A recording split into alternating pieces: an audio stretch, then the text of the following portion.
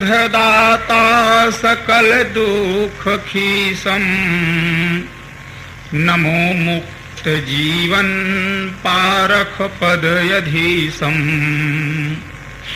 बंदम गुरु कबीर के चरण कमल सिरनाय, जासु ज्ञान रवि कर निकर, भ्रमतम देत नसाय। कबीर साहिब पूरण काशी निरनय सोय, राम स्वरूप पारखी गुरु, वंदनीय मम होय, वंदनीय मम होय। बोले श्री सद्गुरु देव की।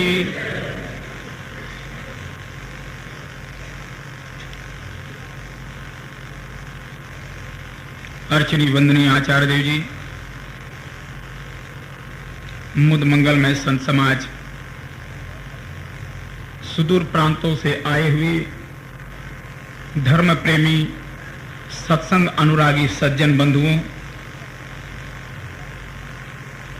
शक्ति भक्ति के स्रोत श्रद्धा मूर्ति माताएं एवं बहनों, गुरुजनों की आज्ञा हुई है। आज्ञा पालनार्थ विश्व वंदनीय सदगुरु श्री कबीर साहिब जी के मौलिक रचना सदग्रंथ बीजक रामायणी प्रकरण के एक चौपाई के माध्यम से मैं कुछ विचार रखने का प्रयास करूंगा। सदगुरु ने कहा है, बहुत दुख दुख दुख की खानी, तब बची हो जब राम ही जानी।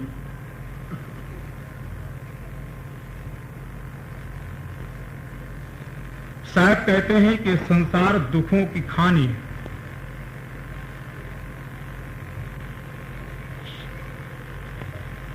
शरीर को धारण करके कोई भी प्राणी सुखी नहीं हुआ है। साहब ने अपने शब्दों में कहा है कि तन धरि सुखिया कोई न देखा, जो देखा सो दुखिया। उदय अस्त की बात कहत हूं, सबका किया विवेका। साहब कहते हैं कि मैंने उदयाचल से अस्ताचल तक, अर्थात पृथ्वी तल के समस्त प्राणी को विवेक करके मैंने देखा कि देह को धारण करके कोई सुखी नहीं हुआ है। ये शरीर की परतंत्रता सबको भोगनी पड़ी है। इसमें सदगुरु कबीर साहब 3 बार दुख शब्द का प्रयोग किए हैं। साहब जी के कहने का ढंग भी बड़ा विलक्षण है। बहुत दुख दुख दुख की खानी, केवल दुख की खानी कह देने से भी हो जाता है कि शरीर दुखों का घर है, संसार दुखों का घर है। लेकिन बहुत दुख दुख दुख की खानी, ऐसा कहने से एक भाव और भी उभर करके सामने आता है। ये जो 3 खानियां हैं वो केवल दुखों की ही खानी है, अर्थात भोग भूमिका है।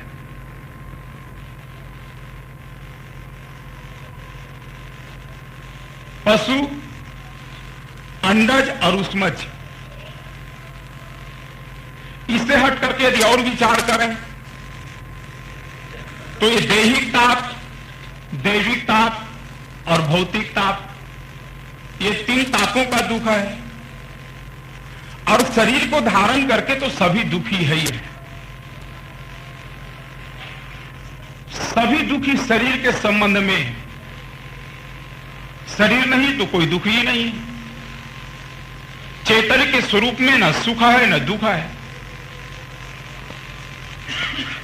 कभी कभी ऐसा भ्रम होता है कि शरीर के संबंध में सुख है तो शायद चेतन के शरीर के संबंध में यदि दुख है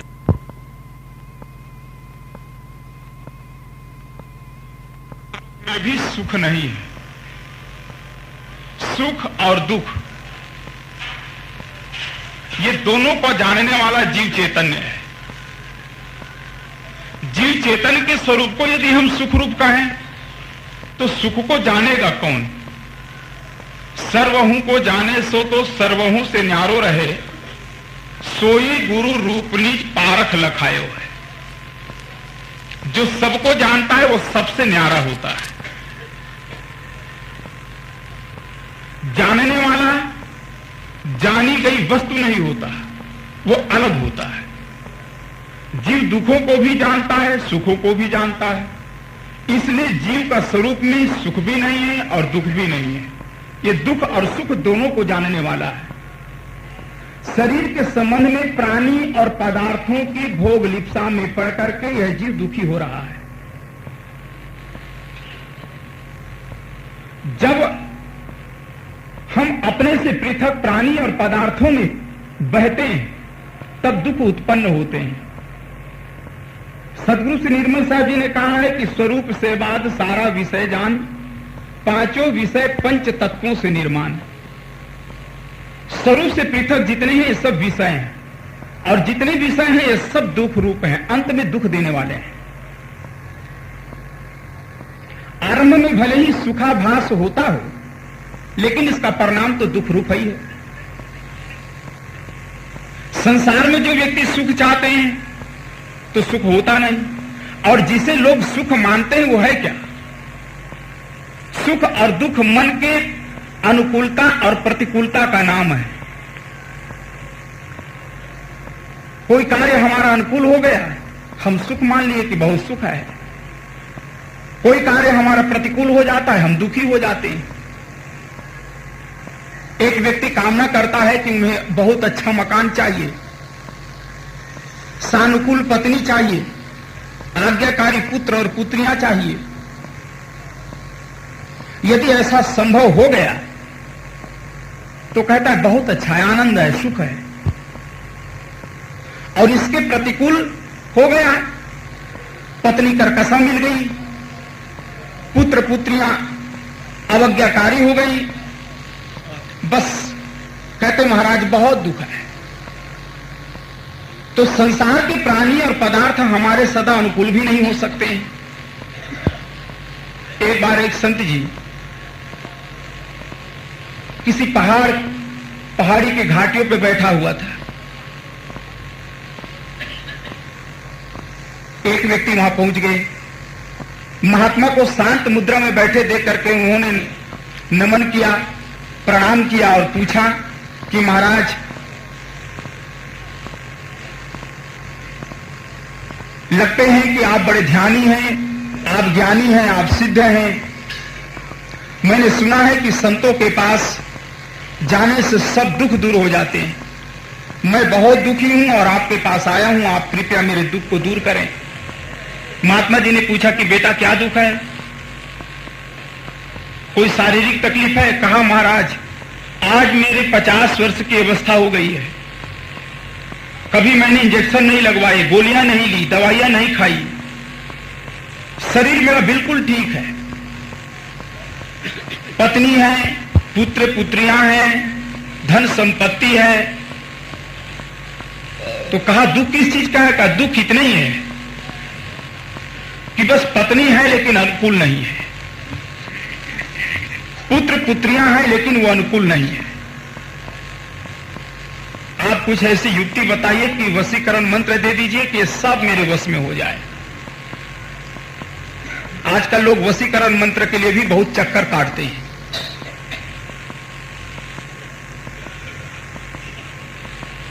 अभी उनके समस्या का समाधान हुआ ही नहीं था।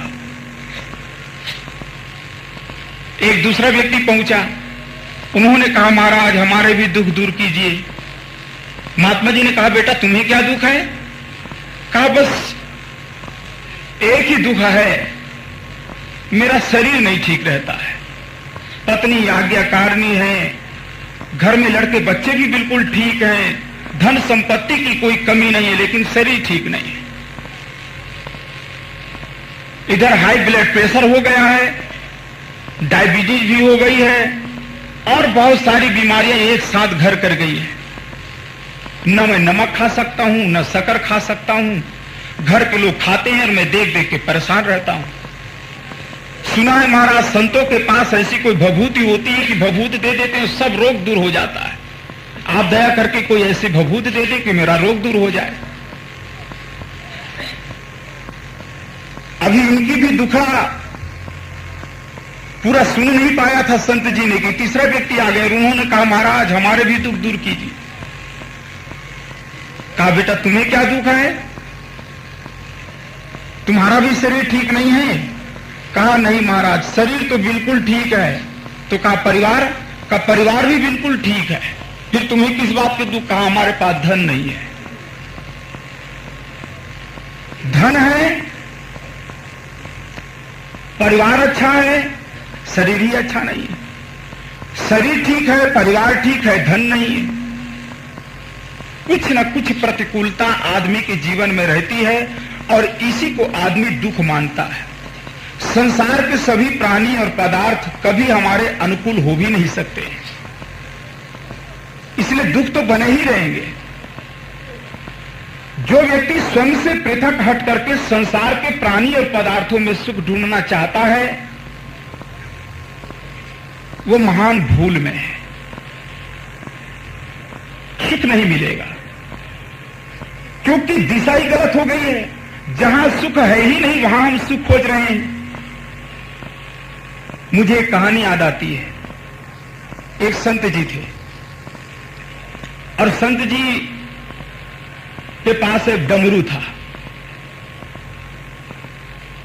सन्यासी बाबा डमरू रखते थे, साथ में शिव उपासक, शरीर में भभूत लगाते, सुबह डमरू बजाते, कुछ 2-4 सत्संगी इकट्ठे हो जाते। सत्संगी का मतलब ज्ञान चर्चा करने वाले नहीं, गांजा पीने वाले, चिलम चढ़ाने वाले, जो शंकर जी के प्रसाद मानते। आपस में जब वे पीते हैं, दम लगाते हैं तो कहते हैं सत्संग कर रहे हैं। दुर्भाग्य है कि दुर्व्यसन विलास आदि को भी कथित साधु संतों ने भगवान के नाम लेकर के इसको उनकी बूटी, उनका प्रसाद कर करके पीना शुरू किया और खुद पी, कोई बात नहीं, समाज के लोगों को भी गुमराह कर डाला है। डमरू सोने का था। एक चोर निकला, चोर ने देखा कि यार डमरू तो बड़े काम की है, सोने की डमरू है, एक बार इसको चुरा लूं तो वर्षों का काम चलेगा, बेच करके साल भर तो चल ही जाएगा। लेकिन अब महात्मा जी के डमरू चोरी कैसे करें? तो महात्मा जी का चेला बन गया। महात्मा जी के शरण में गया, कहा महाराज मुझे अपने शरण में ले लीजिए, अपना सुधार करना चाहता हूं। महात्मा जी ने उसे साधु वेश दे दिया और अपने पास रख लिया। रोज सेवा करते, दिन भर चिलम भर भर के पिलाते महात्मा जी को। शाम को 8-9 बजे नींद लग जाती, सो जाते थे। महात्मा बाद में सोते। जब महात्मा जी की नींद लग जाती तो उनके थैली को टटोलते थे, देखते थे कि शायद डमरू कहां रखा है, लेकिन डमरू मिलता ही नहीं था। अब महात्मा जी चालाक थे, महात्मा जी जानते कि ये चेला मेरा नहीं है, ये चेला तो डमरू का है। महात्मा जी उस डमरू को चोर के थैली में रख करके तब सोते थे। और कोई भी चोर अपने थैली को खोजता नहीं है। चोर परेशान हो गया। 2-3 महीने बीत गए लेकिन डमरू हाथ ना लगा। अंतिम एक दिन हार करके महात्मा जी के पास गए और कहा महाराज क्षमा कीजिएगा, अब मैं ज्यादा दिन तक धैर्य नहीं रख सकता हूं। असलियत में आपको बता दूं कि मैं आपके सेवा के लिए साधु वेश नहीं पहना हूं, मैं तो आपके डमरू के लिए साधु वेश पहना था, लेकिन ये डमरू मेरे हाथ नहीं लगते। अब मुझे करना तो कुछ नहीं है, लेकिन आप कृपया इतने बताइए कि डमरू रखते कहां हैं? महात्मा ने कहा कि डमरू मैं आपके थैला में रख दिया करता था। माथा ठोक लिया चोर ने कि परेशान हो गया। 2-3 महीने बीत गए, रोज मेरे ही थैली में डमरू रहता था और मैं ढूंढता रहा महात्मा जी के थैली में। बस यही भूल हमसे भी होती है कि सुख हम संसार में ढूंढते हैं, प्राणियों में ढूंढते हैं, पदार्थों में ढूंढते हैं, इंद्रियों के भोग में ढूंढते हैं, और सुख वहां नहीं है।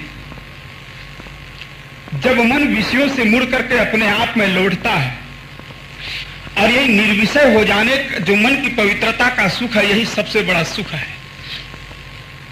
इंद्रियों के भोगों से जो सुखाभास होता है वह केवल शरीर की क्षीणता है, मन की मलिनता है, अंत में तो महादुख है। कबीर साहब ने कहा, अल्प सुख दुख आदि बनता। इसलिए शरीर दुख रूप है, संसार दुख रूप है। महात्मा बुद्ध से किन्हीं ने पूछा कि संसार में सत्य क्या है? महात्मा बुद्ध ने कहा कि दुख ही सत्य है। उन्होंने 4 आर्य सत्य कहा है। 4 सत्यों में से पहला सत्य है दुख। दूसरा सत्य उन्होंने कहा दुखों का कारण, तीसरा है उसका निवारण, और चौथा है निर्वाण। ये 4 सत्य उन्होंने कहा है। भारत में 2 महापुरुष हुए, एक महात्मा बुद्ध भी हुए और दूसरा शंकराचार्य हुए। शंकराचार्य से किन्हीं ने पूछा सत्य कहा का? आनंद ही सत्य है, ब्रह्म सत्य है, और ब्रह्म का स्वरूप ही आनंद है, सच्चिदानंद। ये सच्चिदानंद ब्रह्म का स्वरूप, इसलिए आनंद ही सत्य है, संसार में दुख है ही नहीं। बुद्ध ने कहा कि नहीं, संसार में आनंद है ही नहीं, सब दुख ही दुख है। दोनों ने एक दूसरे की बिल्कुल विरोधी बातें की। महात्मा बुद्ध के विचारों में कुछ संगति दिखाई देती है। दार्शनिक ढंग से जिस प्रकार से आनंद को सत्य मान करके आनंद की परिभाषा शंकराचार्य जी ने दी है, उसमें कुछ दोष दिखाई देता है, विवेक संगत नहीं लगता है। क्यों नहीं लगता है?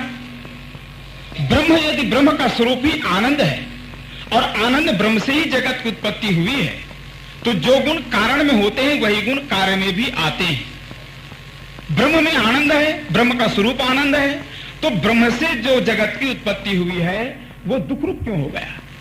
सी काशी कैसी भई तुम्हारी, अजहू हो शिव लेहु विचारी। है ब्रह्म ज्ञानी हो, ये तुम्हारे ब्रह्म ज्ञान कैसा है? अब तो विचार करो, ब्रह्म का स्वरूप सत्य है और जगत असत है। सत्य ब्रह्म से असत्य जगत की उत्पत्ति कैसे हो गई? ब्रह्म का स्वरूप चिद है, चैतन्य है, और चैतन्य ब्रह्म से जड़ जगत की उत्पत्ति कैसे हो गई? ब्रह्म का स्वरूप आनंद है, तो आनंद से दुख कैसे उत्पन्न हो गया? कहते दुखालम श्वासतम, ये सारा संसार दुख रूप है। तो आनंद रूप ब्रह्म से दुख रूप जगत की कल्पना बिल्कुल विवेक संगत ही नहीं है। इसलिए ये जो दार्शनिक परिभाषा जो दी गई है, ये विवेक संगत नहीं। तो संसार दुख रूप है, और इस दुखों से छूटने का उपाय क्या है? किन्हीं ने पूछा होगा कि साहब आपने कहा ये तो ठीक है कि शरीर में सुख नहीं है, इंद्रियों के भोगों में सुख नहीं है, संसार में सुख नहीं है, प्राणी पदार्थों में सुख नहीं है, ये बात तो हमारे समझ में आती है, लेकिन इन दुखों से बचने का उपाय क्या है? तो साहब ने कहा तब बचे हो जब राम ही जानी। राम को जानोगे तो तुम बच जाओगे। इन दुखों से छूटने का उपाय है राम को जानना। साहब के शब्दों पर बहुत ध्यान देने की जरूरत है। साहब ये नहीं कहते हैं कि तब बचे हो जब राम ही मानी, राम को मानने से तुम बच जाओगे दुखों से, ऐसा भी नहीं कहते हैं। राम को जानने की बात करते हैं। कबीर साहब का राम अपना स्वरूप है, चैतन्य है। अपने आप को ही सदगुरु कबीर साहब ने राम शब्द से संबोधित किया है। इसलिए कबीर साहब के बीजक में कभी कभी विरोधाभास दिखाई देता है। जहां वे एक तरफ राम शब्द का खंडन करते हुए दिखाई पड़ते हैं, दूसरे राम शब्दों को बड़ा आदर देते हैं, और विधि परक राम शब्दों का भी प्रयोग बीजक में बहुत हुआ है। पंडित बात बदे से झूठा, राम के कहे जगतगत पावे, खाड़ कहे मुख मीठा। यहां पर तो राम नाम लेने से कल्याण मानते हैं, तो साहब कहते हैं सकर सकर कहोगे तो मुख मीठा होना चाहिए। ये राम नाम से कल्याण मानने वालों के लिए कबीर साहब ने खंडन किया। लेकिन इसी पद के नीचे में साहब कहते हैं साची प्रीति विषय माया सो हरि भक्तन के फांसी, कहीं कबीर एक राम भजे बिन बांधे अंकुर जासी। अब यहां पर राम शब्द विधि परक है, तो कभी कभी उलझन सी पैदा होती, बड़ा विरोधाभास दिखाई देता है कि साहब एक तरफ तो राम का खंडन भी करते हैं, निषेध भी करते हैं, और दूसरी तरफ विधि भी करते हैं।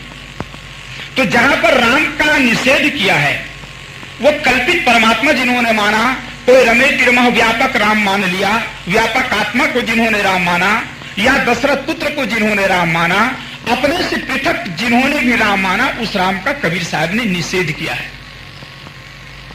और अपने स्वरूप के लिए राम शब्द से संबोधित करके उसको जानने की बात उन्होंने कही है, मानने की बात नहीं कही है। मानना होता है विश्वास के बल पर, विश्वास सदा मनवाता है, विश्वासी आदमी मानता है। जानना होता है अनुभव के बल पर, जानना अनुभव से होता है, खोज से होता है, और खोजी आदमी कभी भूलता नहीं। साहब ने कहा करे खोज कबहू न भुलाई। जो खोज करता है वो व्यक्ति भूलता नहीं है, लेकिन मानने वाला व्यक्ति पद पद पर भूलता है। लोगों ने मानने की बात कही, विश्वासम फलदायकम, विश्वास करो, तुम बातों को मानो, बस तुमको फल मिलेगा। कैसे संभव है कि हम विश्वास करें और हमें सब फल मिल जाएगा, मानने में हमको सुख मिलेगा? जो घटनाएं प्रत्यक्ष घटती हैं, जो अपरोक्ष घटनाएं, जो तथ्य हमारे निगाहों के सामने प्रतिदिन घटते हुए दिखाई देते हैं, इसके लिए कोई नहीं कहता है कि मानो। पानी पीने से प्यास बुझती है, भोजन खाने से भूख मिट जाती है, नर नारी के संयोग से संतान की उत्पत्ति होती है, इसको मानो, ऐसा कोई नहीं कहता है। लेकिन जो घटनाएं परोक्ष की होती हैं, जिसको परीक्षण के द्वारा विज्ञान की कसौटी पर कसकर सिद्ध ही नहीं किया जा सकता है, विवेक की कसौटी पर कसकर जिसे सिद्ध नहीं किया जा सकता है, ऐसी बातों के लिए मानने के लिए जोर दिया जाता है। जैसे इस जगत का नियामक कोई और है, प्राणियों की सुख और दुखों को देने वाला कर्ता कोई और है, ठंडी गर्मी वर्षा ये सब किसी कथित परमात्मा के अधीन है। बिना ही अन्न जल खाए पिए आदमी हजारों वर्ष तक जीवित रह सकता है। अमुक महात्मा इतने सिद्ध हैं कि 1 किलो खिचड़ी पकाते हैं, हजारों आदमी खाते हैं, और तो भी उनके बटवी में खिचड़ी बच जाती है। तो ऐसी बातें जो बिल्कुल विवेक संगत नहीं है, परोक्ष की बातें, इसके लिए विश्वास कराया जाता है। इसलिए विश्वास करो, भगवान है, भगवान पर विश्वास करो। लेकिन कोई ये नहीं कहता कि विश्वास करो कि आग है, ये पानी है, ये हवा है। तो जो परोक्ष की बातें, उस पर विश्वास कराया जाता है। विश्वास परावलंबी और विवेक स्वावलंबी, खोज स्वावलंबी। खोजी आदमी स्वावलंबी होता है, विश्वासी आदमी बिल्कुल परावलंबी होता है। वो किसी धर्म ग्रंथ का आलंबन ले लेता है, किसी महापुरुषों की वाणी का आलंबन ले लेता है। शब्द प्रमाण काफी है, विश्वास की आधार भित्ति है शब्द प्रमाण। अमुक ग्रंथ में कहा है, बस पूर्ण हो गया। वेदों में कहा है, शास्त्रों में कहा है, पुराणों में कहा है, यहाँ ये बातें लिखी है, बस बात पूरी हो गई। उस पर विवेक करने की कोई जरूरत नहीं है। लेकिन विश्वास विवेक सदा खोज करता है। वह किसी भी महापुरुष की कही हुई बातें हों, किन्हीं भी धर्म ग्रंथों में लिखी हुई बातें हों, उस पर वह निष्पक्ष चिंतन करता है। विश्वास में जिज्ञासा नहीं होती, इसलिए वहां दर्शन का कोई महत्व नहीं है। लेकिन विवेकी आदमी के भीतर में जिज्ञासा होती है और दर्शन के महत्व को समझता है। इसलिए विवेक के द्वारा ही राम को जाना जाता है। अभी मेरा समय यहीं पर पूरा हुआ, मैं अपनी वाणी को विराम देता हूं। बोले श्री सद्गुरु देव।